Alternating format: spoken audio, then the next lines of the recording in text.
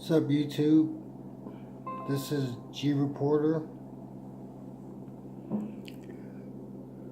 I'm here with Robert Sepehr.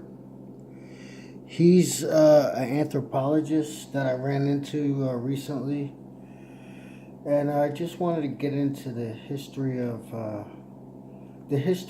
different cultures, because I wanted to analyze and collate this information that I'm trying to give you here, and trying to understand how they used culture, against us, and how they hide different aspects of different cultures so that we don't see the similarities and who actually are the controllers.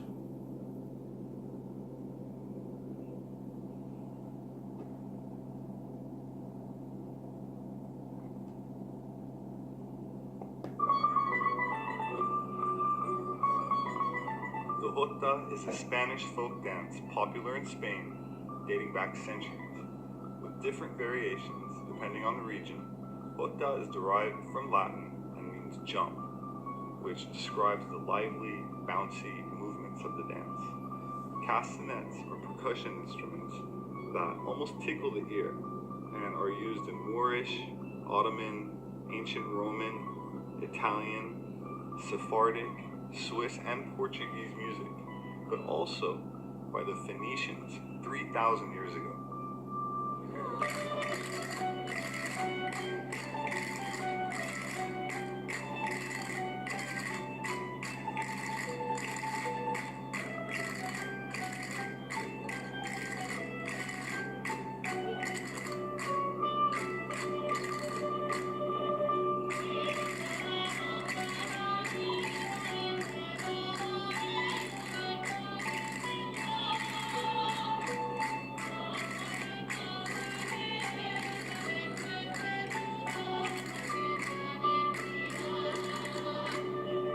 The instrument consists of a pair of concave shells joined together on one edge by a string, held in the hand, and used to produce rhythmic accents or a rattling sound consisting of a rapid series of clicks.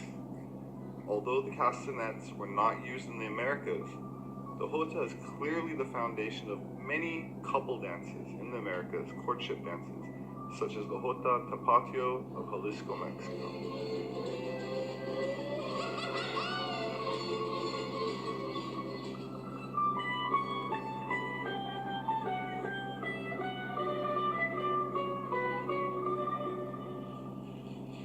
The Philippine jota was among the most popular dances during the Spanish colonial period and up until the early 20th century. It was originally performed in social gatherings, like weddings and baptisms, but the Filipinos adapted different versions of their own, with a notable difference being the use of bamboo castanets. Legend states that this dance was originally brought to Spain by the exiled Moorish poet Aben Gad.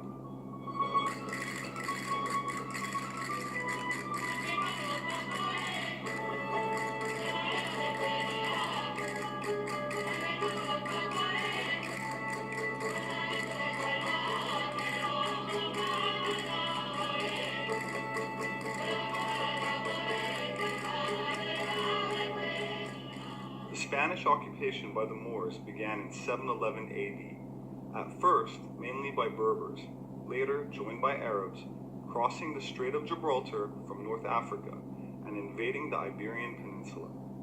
The Berber tribes of the region were noted in classical literature as Mari, from present-day Morocco, subsequently rendered as Moors in English and other Aryan or Indo-European languages.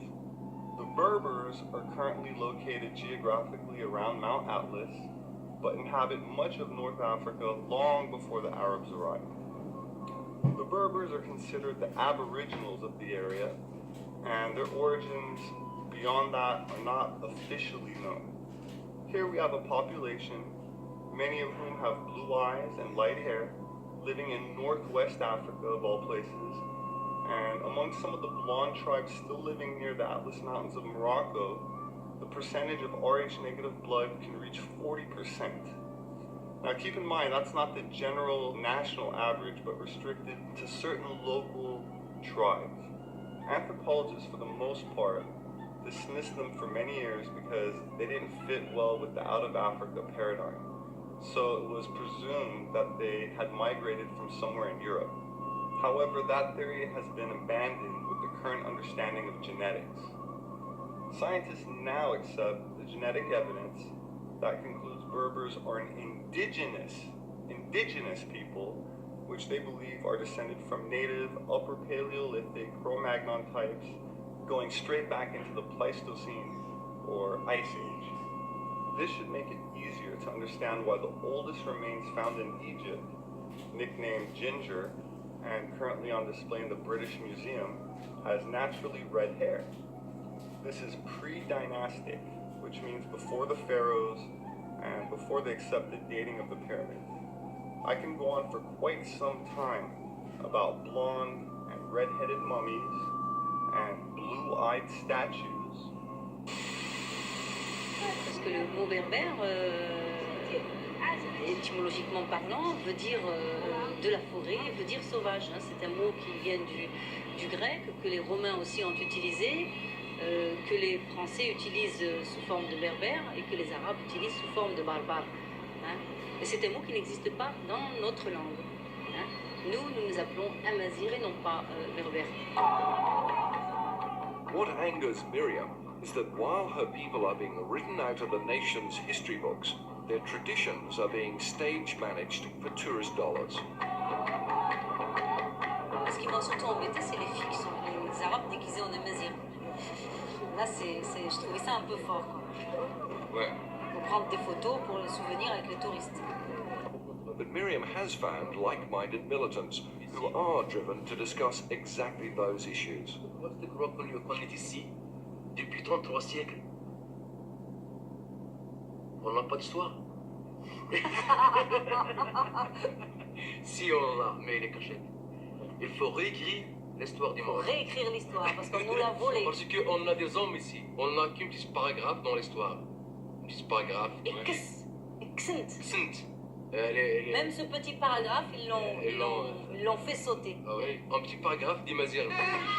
And when we stop into a tent to while away the evening, we find out it's not Amazigh music at all. They're an Arab group, invited by the government to perform at this Amazigh festival.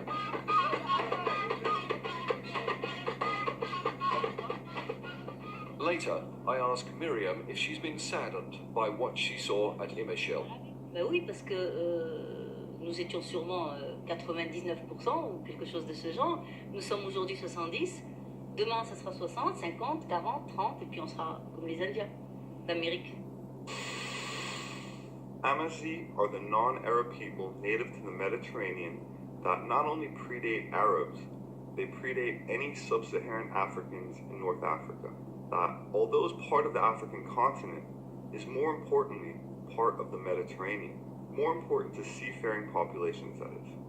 The Carthaginians were Phoenician settlers in modern-day Tunisia, another region of North Africa, who shared genetic affinities to the Berbers and Phoenicians.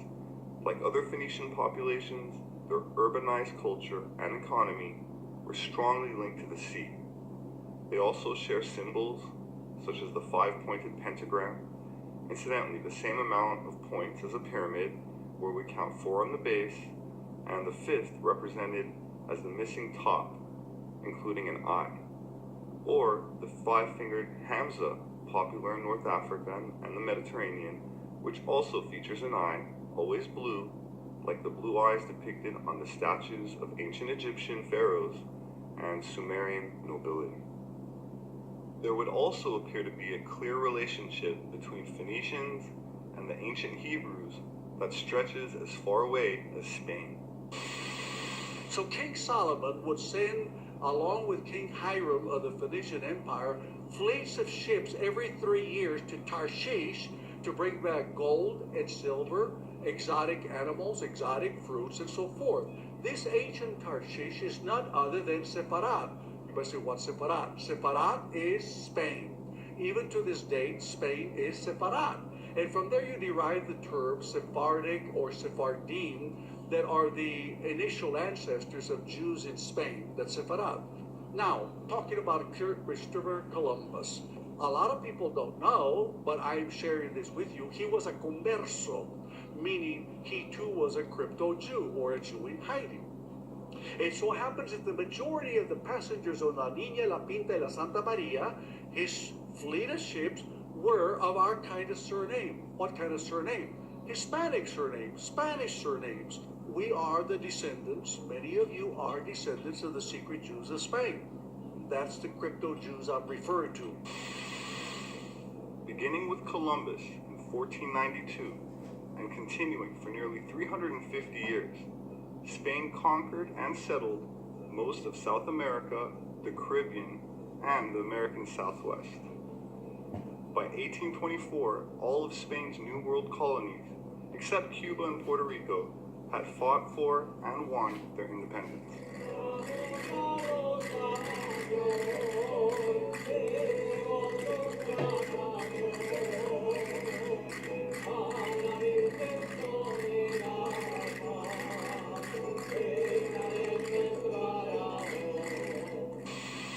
Secrets are coming to the surface. The hidden Jewish heritage of who knows how many Hispanics is coming to light now through DNA and genetic testing. More and more families in northern New Mexico and southern Colorado are discovering there is more to their history than they ever knew.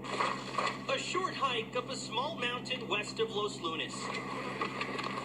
It's a spiritual journey for Bill Sanchez, a man who comes here to see this, the Ten Commandments etched in stone. My belief is that they came here to this mountain. Once he gets here, Sanchez puts on a yarmulke and a prayer shawl, and then he prays. Baruch atah Adonai. Just like the prayer, the words on the rock are written in Hebrew. I believe that here our Sephardic ancestors had a community where they worshipped freely. The work of Jewish settlers who practiced their faith in secret up here hundreds of years ago. And he says he's living proof. 80% of my DNA is Sephardic Jewish. Sanchez is a priest at the St. Edwin Catholic Church in Albuquerque's South Valley. Inside the church, symbols of Father Bill's alter ego and the balance between the religion he's always known and the ancestry he confirmed through DNA back in 2001. Guess who's my father there? He's a little boy. Family secrets now make sense. That's his dad, wearing a yarmulke in an old family picture. Its secrets are still waiting to be found. Sanchez is now working with other New Mexico Hispanics, eager to learn about their secret past. I said to myself, al fin, aquí son mi gente. Finally, I found my people. These are the people that look like me, that have the same customs. Our family had been in the Pewaukee Valley forever and ever and ever. We thought that we were just the descendants of Spaniards that came into New Mexico. Research is showing Sephardic Jews held on to their religion in secret after leaving Spain and Portugal during the Spanish Inquisition, which eventually followed them to the New World. Bernadette Martinez says it's an exciting time. She confirmed her Jewish heritage through DNA testing 3 years ago. We have been hidden for almost 500 years, and that is exciting to me, that there is a God who so cared about us that he took us, hid us, protected us, and now he's saying that this is who you are. Tim Maestas, KRQE News 13. Fascinating.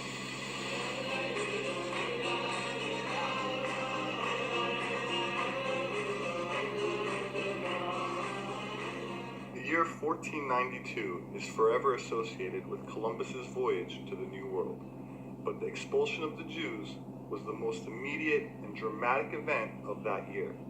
The Alhambra Decree, issued in January 1492, ordered the conversion or expulsion of all non-Christians.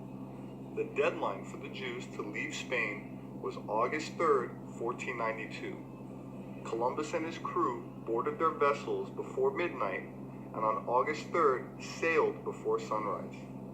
I doubt any American history books teach that Columbus set sail on the last day on which Jews had to leave Spain. The ancient Paleo-Hebrew alphabet is similar to the one used by the Phoenicians. Hebrew belongs to the Canaanite group of languages, and is the only living Canaanite language today. The Canaanites are broadly defined to include the Israelites, as well as the Phoenicians and Carthaginians, people who dominated the Mediterranean for millennia. The Minoans and Mycenaeans originated in Neolithic populations of what are today Turkey and Greece, the area where the world's oldest megalithic structures are found, and that is biblically regarded as the spot where Noah settled after the Great Deluge, from where domesticated animals and agriculture were spread into Europe, the Indus Valley, as well as to Egypt during the Holocene. From this, one can better understand why there are 13 original colonies, a number that is part of many ancient mystery schools, and why today an unusual number of countries have flags whose colors consist only of red, white, and blue, the colors of the ruling crowns of ancient Egypt.